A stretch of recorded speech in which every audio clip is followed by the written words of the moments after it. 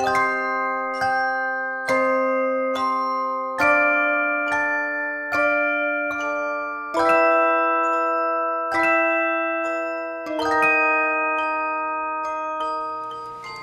everyone, this is CricketSong with Lunar Wisdom, and you're watching another episode of Practical Witchcraft. In this episode, we're going to cast a spell to banish a person.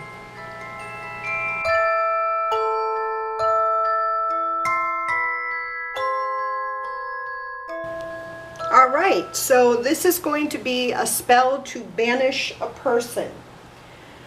So you want to make sure that you are in an altered state of consciousness to ensure that you are ready to perform magic. So you do whatever preparation you need prior to coming to the altar to do the spell, or if you're someone who gets into that altered state of consciousness at your altar, I would suggest you do that first. So for the purpose of this demonstration, we're going to say, I've already done that. I'm coming to my altar in the magical state of mind. I'm going to remove these feathers because I need some space to actually work my magic. So we're going to move the feathers.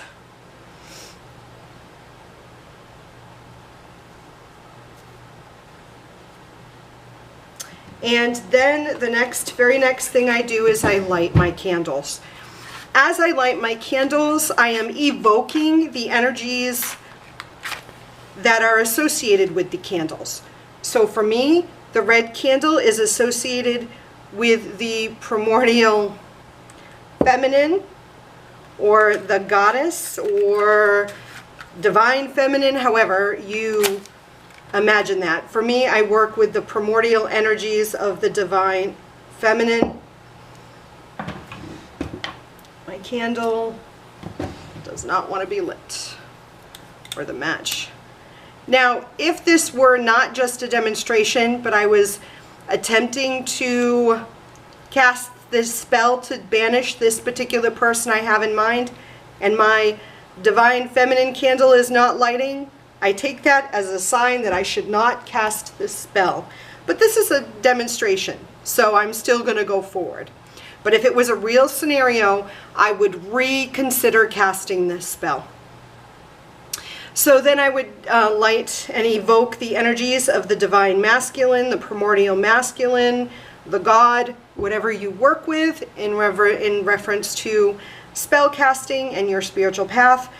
And then the white candle is for spiritual entity, the creative forces that occur when the divine masculine and feminine come together.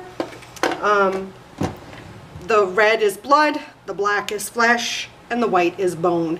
Three of these represent all the divine forces, all the primordial forces found within the universe.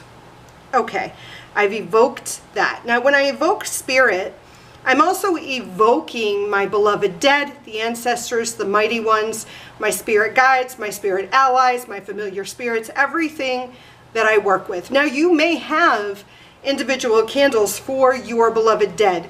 If that's the case, you should call upon them now as you go to cast the spell. So you're evoking all the energies of everything that you are working with, so that every entity and energy is in attendance right now at the altar as I am ready to move forward. The next thing I would do is I would light my incense. Now for the purpose of this spell, I'm using Palo Santo. I'm not using any other incense except Palo Santo. So I'm going to take out my little jar of Palo Santo. I am going to light a charcoal disc because I need some heat in the cauldron for this to burn effectively. Now, if you have a stick of Palo Santo, you can use that. I have little chunks here. So what I'm going to do, I'm going to light this charcoal disc.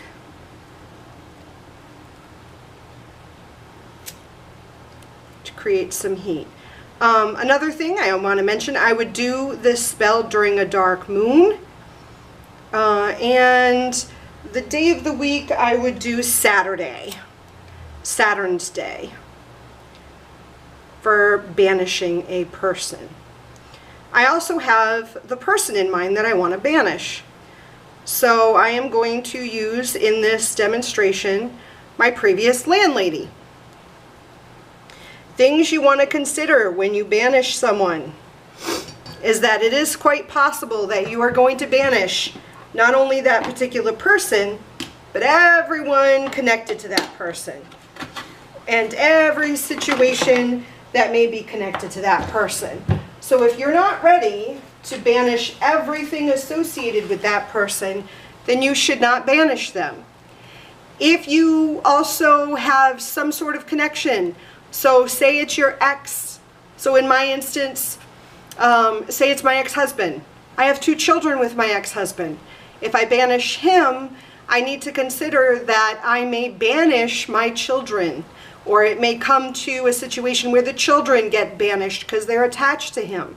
So what you want to ensure is all ties, mundane ties and spiritual ties, emotional ties you have with that person are already like cut, or they're already being dissolved. However you do that, so if, and in this case, if I were to banish my ex-husband at this point, we don't live in the same state. My son is 21. He's on his own. I still have ties to my ex-husband through my daughter, who is still a minor, who I still claim as a dependent on my taxes, who we still have some sort of ties, but she lives with us in another state. So the chances of her being banished along with my ex are probably really slim.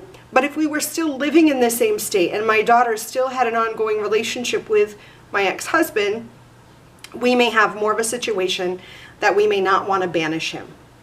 But back to the actual scenario here that I'm presenting to you is my previous landlady. Okay, we've already moved out of the house. We don't live in the same state. We have no ties. We just filed taxes and claimed the last of the rent on our state taxes. So I have no reason to still be connected to her. So if I were to banish her and everybody that's connected to her would be banished from my life, I'm okay with that. So I am banishing her from my life. So I have that burning. So we're going to drop a few chips of the Palo Santo, and it's smoking. I can already smell it. So we have that going. We have the Palo Santo burning. That's the incense I'm going to be using. The other thing we need for this spell is a black candle. Now I'm going to light the black candle, but the thing is, I notice I don't have any more black candles available. So even though I would prefer to use a black candle, I'm going to use a white candle. For the purpose of this demonstration, this candle has already been used, but I would want to use a brand new one because I should have no candle that's already been used, because that candle should have burnt through for the spell that I crafted. But this is a demonstration and I don't want to use another candle because I'm not going to let it burn all the way down. So I am going to pretend that this is a brand new candle. I am going to anoint my candle with some sandalwood essential oil. Oh, and I also want to carve into this candle the name of the person I am banishing. Ideally, like I said, this would be a black candle, but I don't have black, so I believe that white can be used in place of any candle. So I am first going to engrave her name,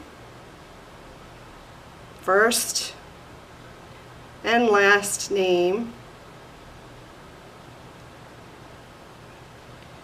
into the candle.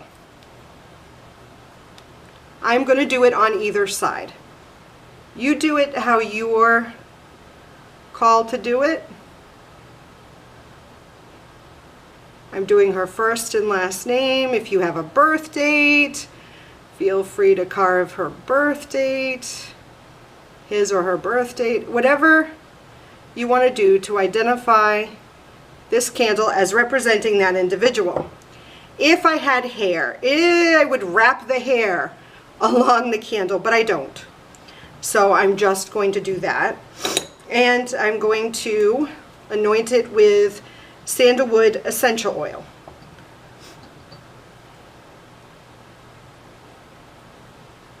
I am going up as well as down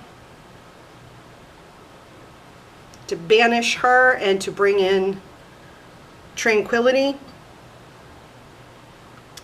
Okay, so I have prepared the candle, and remember, it's not, for the purpose of this, it should be black. I'd like it to be black and not already burnt. It's a brand new candle. Then what I'm going to need is I'm going to need red string or yarn. I'm using red thread. I don't need a very big piece. Cut that. We're going to use the red thread and a piece of parchment paper, and I'm going to write her name on the parchment paper.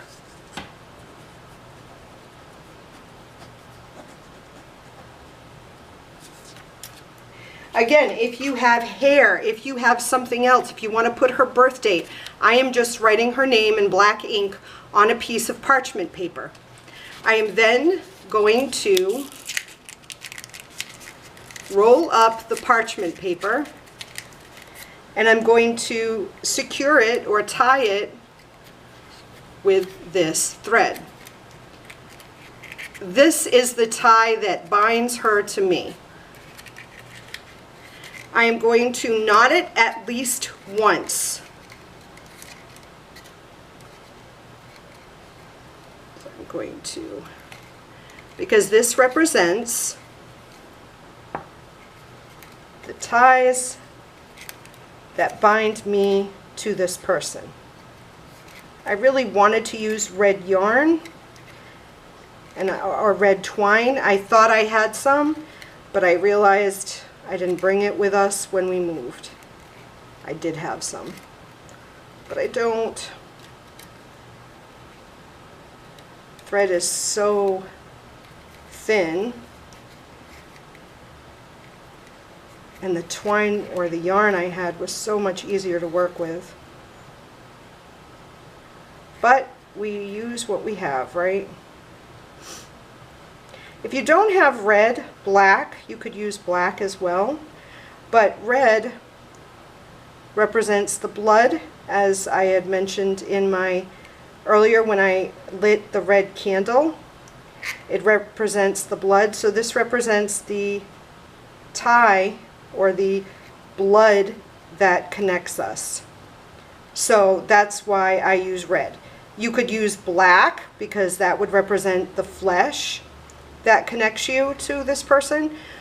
If this is a family member and you're trying to banish a family member, you might want to use a thread of black and a thread of red and even a thread of white, because that would represent the flesh, the blood, and the spirit that connects you to her or him.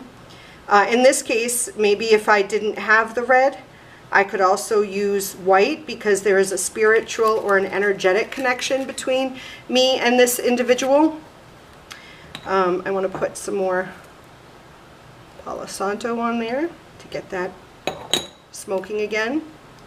So what I'm going to do is I'm going to say the incantation, and I'm going to burn this,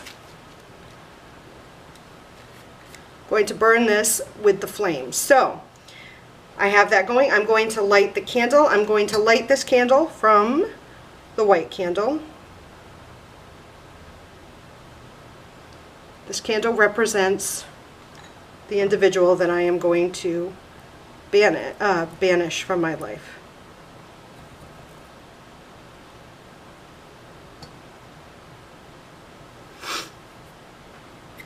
And now I'm going to say the incantation. Now, as I said, I'm calling specifically upon the beloved dead on this side. Not that they are not, the beloved dead that are represented on this side are not going to help me. They will. But I have more of a connection with the intention of this to the individuals on this side. Okay, so I'm going to do this. Now I'm going to say the incantation. And I'm going to light this as I say the incantation. I sever ties by which we're bound. No trace of you here shall be found. Your energies to you return as I watch this parchment burn. To its proper time and space. To you the proper soul and face. All memories now fade to black. Just walk away and don't look back. I banish you, and you state their name, Emily Alves, away from me. As I will it, so it shall be. And I want to ensure that the entire parchment is lit. I'm going to drop it in my cauldron and let it burn. I'm going to move this candle holder over because it's going to get hot. And as I can see, the parchment is burning in the cauldron. And then I'm going to raise energy and I'm going to send it to the candle. And I'm just going to simply say banish. It's a 2-syllable word. I start slow and low. Banish, banish, banish, banish. And I work it up to banish, banish, banish, banish, banish, banish, banish, banish, until all I feel the energy being sent to the candle. Banish. Seal the spell. And I allow that energy to be released through the candle.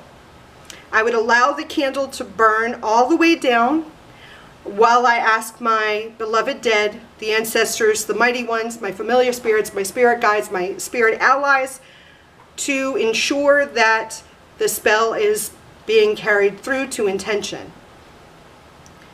So this may take time. When it is complete, and I would occasionally, like, I would work right here, sitting right next to my desk is right over here. So I would still be working as this, working on things as this is working through. I allow the spell to continue. And I would throw some incense on as it continues to carry through. When the candle is burnt all the way down, I would make sure that all my offerings are still acceptable, fresh, and make sure that they are still okay. I would then thank the spiritual entities for working on my behalf, and I would extinguish the candles that are left. And that's how I would do a spell to banish a person from my life. I love you. Until next time, blessed be.